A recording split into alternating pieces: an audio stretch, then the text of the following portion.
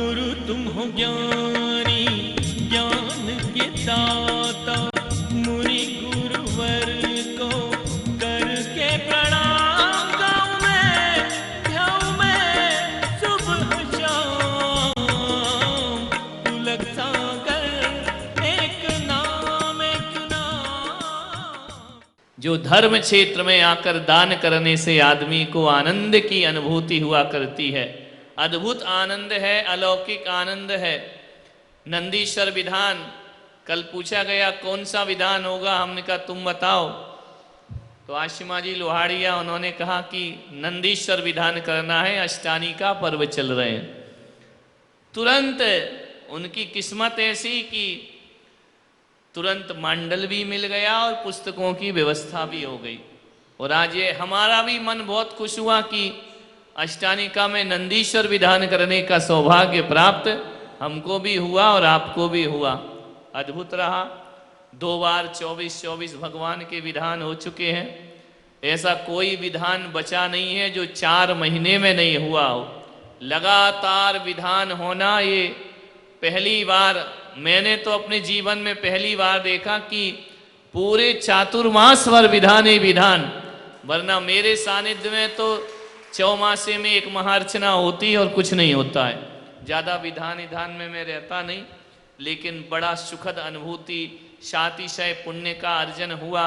अष्टानी का पर्व नंदीश्वर में आज आप लोग गुवाहाटी से, जयपुर से, पूना से आकर बैठे हैं। तुम लोग तो फिर भी यहाँ के यहीं आके बैठे हो। सारा देवलोक आज नंदीश्वर दीप में विराजमान होगा। तो 8-8 मूर्तियां एक एक जिनालय में। सोचिए, विचार करिए कितनी विशाल विशाल प्रतिमाएं होंगी। अकृत्यम चैत्यालय में जितनी भी प्रतिमाएं होती हैं वो सब सिद्ध भगवान और अरहंत भगवान की प्रतिमा होती हैं। तीर्थंकरों की प्रतिमा नहीं होती वहां पर। अरहंत ओंठ उनके कैसे होते हैं, जो तुम लोग लगाते हैं ना लिपस्टिक, उनके वैसे ही ओरिजिनल गुलाबी ओंठ होते हैं भगवान के। और श्याम श्वेत, और आंखें काली गोल, बाजू में वाइट, श्याम रंग भौं, चक्षु इनकी जो आईब्रो क्या बोलते हैं, भौं, ये काले रंग की होती है। घुंघराली अलकावलियां होती हैं भगवान की। ऐसी भव्य भव्य प्रतिमाएं जिनका इंद्र 8 दिन तक मालूम है कितनी देर पूजा करता है, 24 घंटे, कि एक बार मनुष्य की पर्याय प्राप्त हो जाए। जैसे अभी तड़पते हो ना कि देव बन जाए, अच्छी गति हो, देवता की गति प्राप्त हो जाए, आज सोचते हो तब जाके बना करते हैं। 84 लाख योनियों में 84 लाख शरीर को फेंकने के बाद आपको यह मनुष्य की देह प्राप्त हुई। कितने संकल्प रहे होंगे कई जन्मों के। इतनी आसानी से मनुष्य शरीर मिलता है क्या? इतने आसानी से मिल भी जाए तो जैन कुल प्राप्त होता है क्या? जिनेंद्र की शरण प्राप्त होती है क्या? नहीं, कई जन्मों के पुण्य रहे होंगे। पिछले जन्म में हो सकता है 10 जन्म पहले, 20 जन्म पहले कोई मुनि महाराज सड़क से निकले होंगे, तुम अजैन जाति में पैदा हुए होगे। जैसे ही देखा होगा बाबा जा रहे हैं, जैनों के महाराज जा रहे हैं, हाथ जोड़ लिया होगा, पड़ गया बीज और आज जैन कुल में आकर के तुम पैदा हो गए। ऐसे बीज बोइए अपनी चेतना में, ऐसे बीजों का आरोपण करो पूजा भक्ति में बैठकर। कभी जैन का बीज बोया तो आज जैन बन गए, आज जिनेंद्र का बीज बोकर जाना, एक दिन जिनेंद्र बन करके दुनिया से विदा हो जाएं। ये बीज बोना है, ये बीज बहुत महत्वपूर्ण है। ये बीज मन से बोया जाता है, वचन से बोया जाता है, काय से बोया जाता है। भावनाएं भाइये, संकल्प करिए, कभी ना कभी वह काम अचानक हो जाया करता है।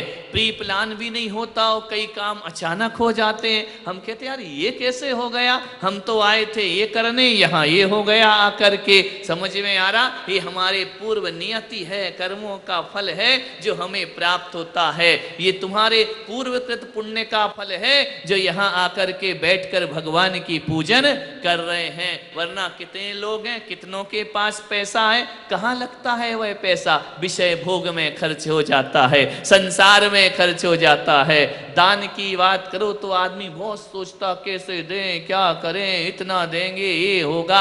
अरे पागल, नहीं देगा तो विषयों में जाएगा, भोगों में जाएगा, और भोगों में जाएगा तो भव भव भटकाएगा। जिनालयों में दान क्यों बोला गया है? दे दे, ये बीज बोरा है, आगे आके जाकर के चक्रवर्ती की संपदा का अधिकारी बनेगा और सब संपदा छोड़कर एक दिन निर्वाण का अधिकारी भी प्राप्त हो जाएगा। ये संस्कार बनाइए। राजेश जी राव का परिवार बहुत सरल सहज, पूरा परिवार बहुत सरल है। जब भी आते हैं उनके बच्चे, परिवार के सभी लोग बड़ी आत्मीयता से बैठते हैं, बात करते हैं। हमको तो उनकी भाषा में ही बड़ा आनंद आता है। आसामी लोग हैं, आसाम के रहने वाले हैं, हिंदी बराबर आती नहीं है, लेकिन हमको बड़ा आनंद आता है जब बोलते हैं हम आएगा, हम जाएगा, हम खाएगा, हम करेगा। लेडीज भी बोलती हम आएगा, हम जाएगा। बड़ा आनंद आता है बैठ करके। ये सुलभ चेष्टाएं हैं, ये सहजताएं हैं। एक बात ध्यान रखना, बनावटी में कभी आनंद नहीं आया करता है, सहजता से जो आनंद प्राप्त होता है। बच्चा दौड़ा दौड़ा आता है माँ के पास, उसकी सहजता इतनी होती है कि कोई भी उसे गोद में उठाने को तैयार हो जाता। बनावटी को कोई नहीं उठाता है गोद में। आप जबरदस्ती किसी को बनावटी मुस्कुराहट दे रहे हो या ओरिजिनल दे रहे हो, नेचुरल दे रहे हो, सब पता पड़ जाया करता है। एक बात ध्यान रखना, शब्दों से पहले भावनाएं पहुंच जाया करती हैं। शब्द का सफर धीरे होता है, भावनाओं का बड़ा तेज हुआ करता है।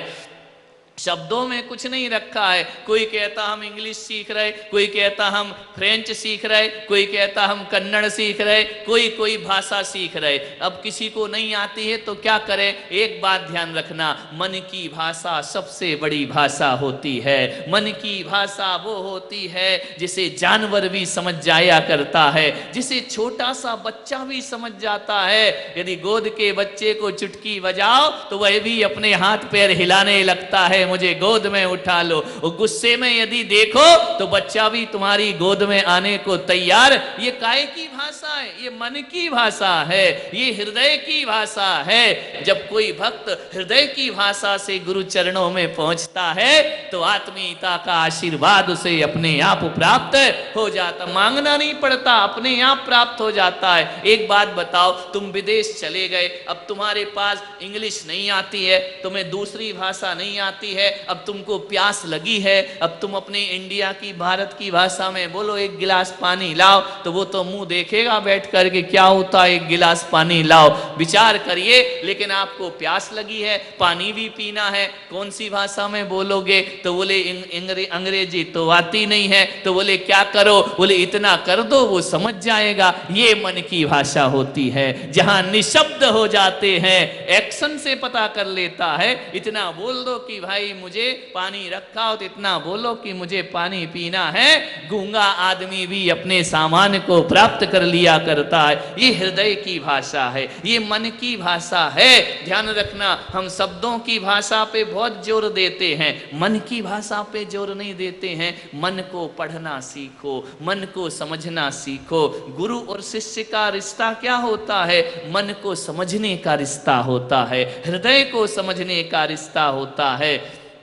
ऐसे सौभाग्यशाली परिवार हैं ये लोग। कहीं भी पूजा भक्ति हो, धर्म हो, हमेशा अग्रणी रहने वाले, अपना नाम सबसे आगे लिखाने वाले। हमारा भी यह सौभाग्य हमको अर्जित होना चाहिए। परमात्मा ने तुमको दिया है और परमात्मा ने दिया है, इसलिए उसका सदुपयोग जीवन में करो। मालूम है, एक बात, छोटी सी बात मुझे याद आती है कि एक हिंदू संत थे रामकृष्ण परमहंस, जो स्वामी विवेकानंद जी के गुरु कहलाया करते थे।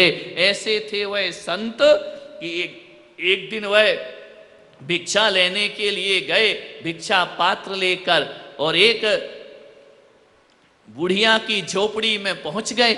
जैसे ही पहुंचे, जाकर के कहा कि भिक्षाम देहि, जो भी भिक्षा हो मुझे प्रदान करो। संकुचित हो गई, सकुचाई, थोड़ी सी दुखी हुई। संत ने कहा माँ सोच मत, जो भी है मेरे पात्र में डाल दे। क्या डाल दूं, आज तो भोजन भी नहीं है, आज तो पानी भी नहीं है, कुछ नहीं मेरे पास, लेकिन मुंह से ना नहीं निकल रहा है, क्या करूं। संत ने कहा सोचती क्या है माँ, जो तेरे पास हो मेरे को दे दे। बुढ़िया फिर भी कुछ नहीं बोली। संत ने कहा नहीं देना तो ना बोल दे।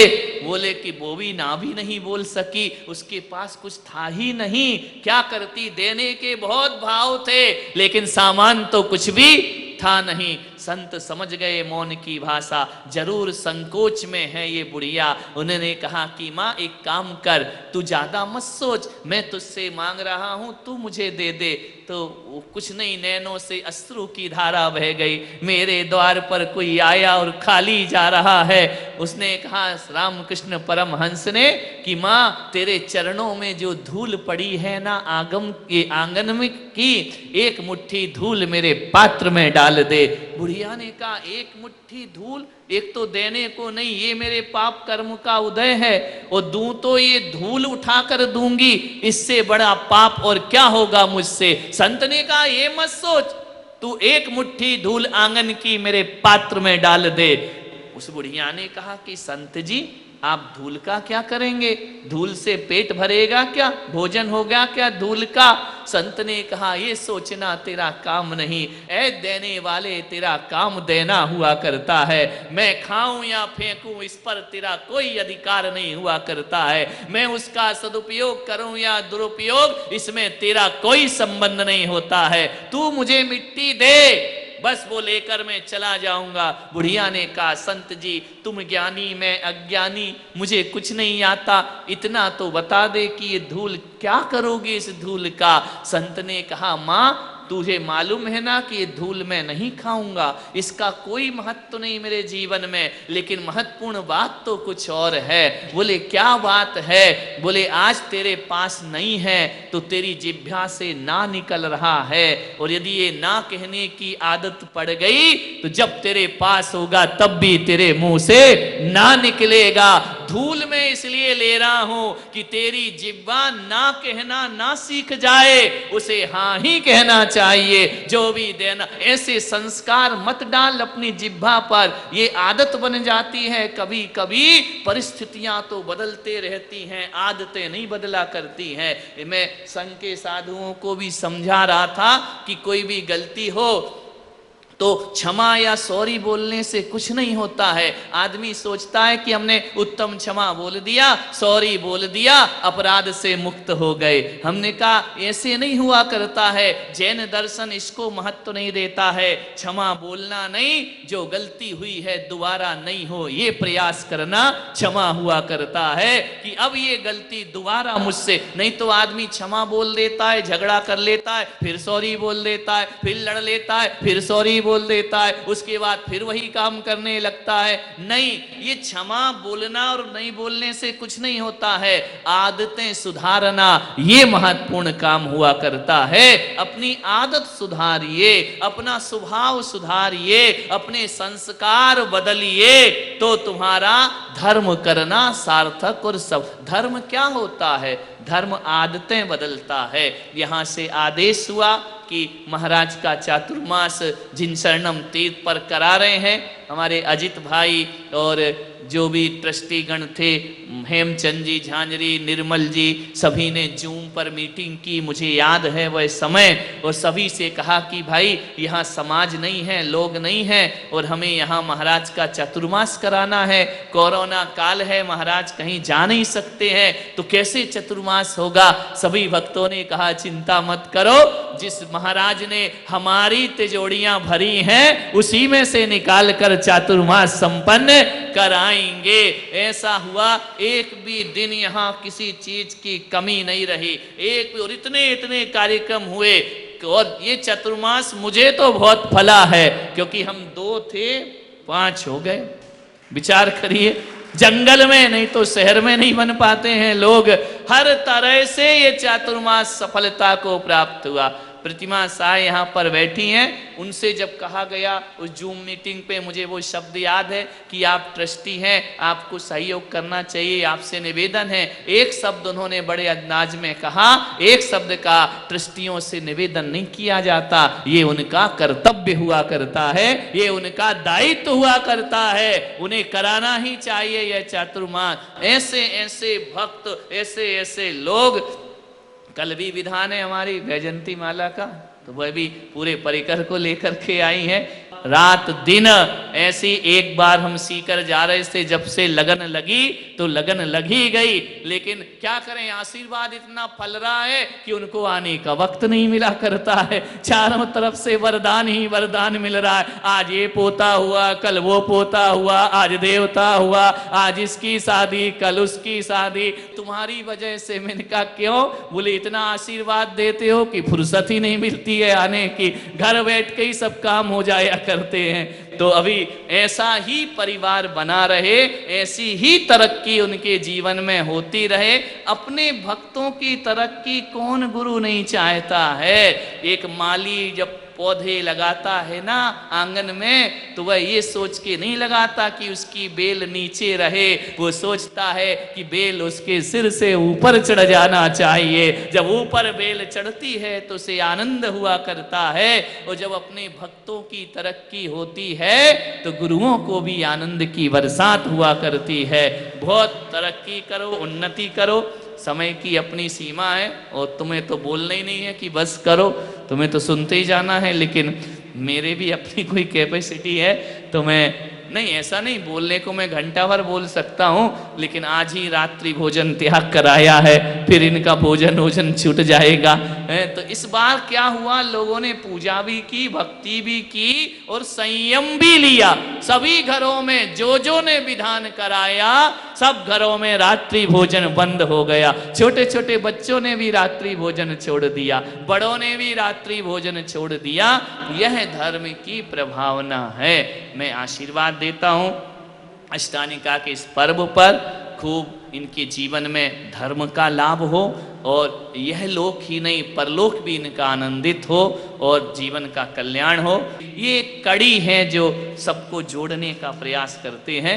बहुत बहुत आशीर्वाद उनको देता हूँ, और पूना वालों को विधान समापन की कल बहुत बहुत शुभकामनाएं होंगी, क्योंकि एंड तुमसे ही हो रहा है। अंतिम तो बस जहां सब प्यार, पिक्चरों में क्या होता, दो लड़के लड़की बिछड़ गए, वो पिटा वो पिटी, ये हुआ वो हुआ, और लास्ट में जैसे ही सुख के दिन आते हैं, हाथ मिलाने के दिन आते हैं, वहां दी एंड लिखा आ जाया करता है। प्रसारण पुण्यार्जक परिवार जिन शरणम तीर्थ धाम के परम संरक्षक संघपति श्री प्रदीप मामा, प्रतिभा मामी, भोपाल। गुरु तुम हो ज्ञान